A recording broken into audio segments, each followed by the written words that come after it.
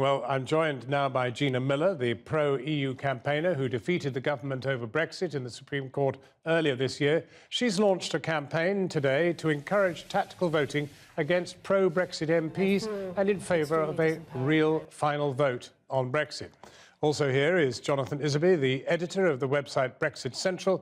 We asked for a Conservative MP to join our debate, but were told no one would be made available to come on the programme.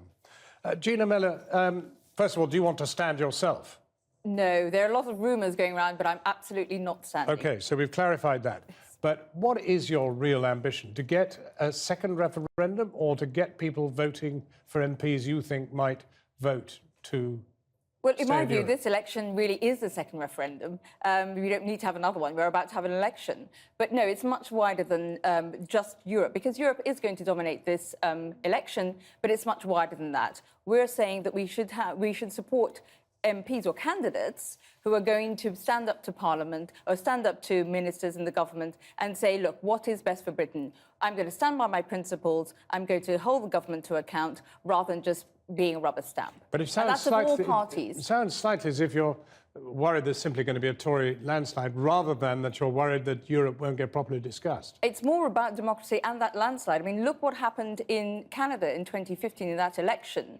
And everyone thought that was going to be a landslide, but a similar initiative, a strategic voting initiative, completely changed the landscape. It was a game changer and brought Trudeau to power. And we think people coming together can do that. Well, now, Jonathan Isaby, are you concerned, after all, you're a Brexiteer? No, I'm not particularly concerned. I think a lot of people will take a dim view of millionaire business people trying to manipulate the electoral system, particularly when we had a vote last June. In fact, more people voted for Brexit than have ever voted for anything in the history of British elections or referendums.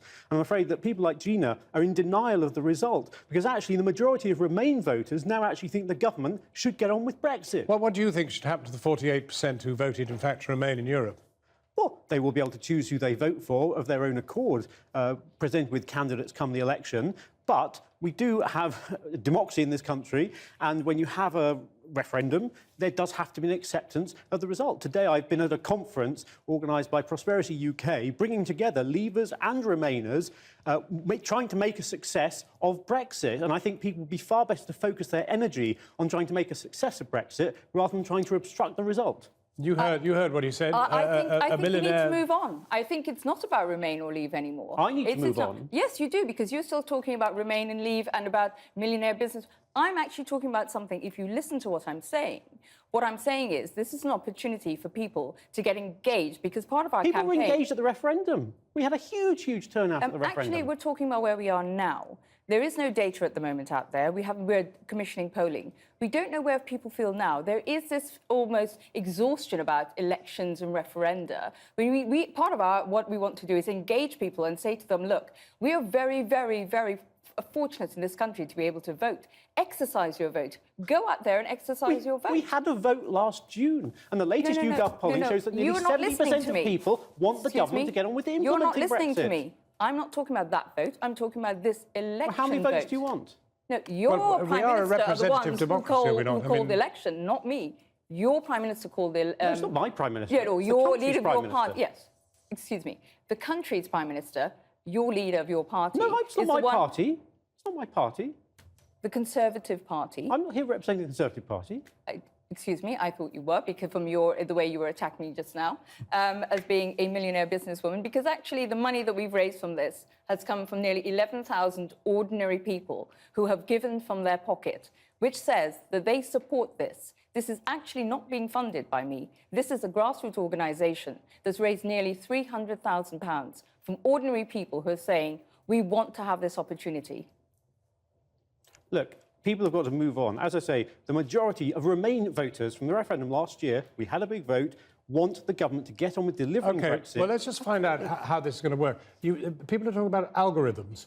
Yes, we've got we're using lots of different techniques. So this is one of the things we're really excited about, is utilising technology to be able to give people information. Because we're using... are you going to be able to tell individual voters how they should vote? I mean, who they should vote for? No, it's not about that. It's being able to say how would swapping a vote, how would tactical voting give you the outcome or a different outcome. So they can scenario play and see how that will actually change things. Isn't there a danger that you might actually end up spending more money for a candidate, in a sense, than is allowed by electoral law? Oh, no, no. We're registered with the Electoral Commission. We are absolutely watertight in everything we do. We've gone through all the rules. We were absolutely very, very, very strong in our due diligence on that. Gina Miller, Jonathan Isaby, thank you both very warmly for coming in. Kathy.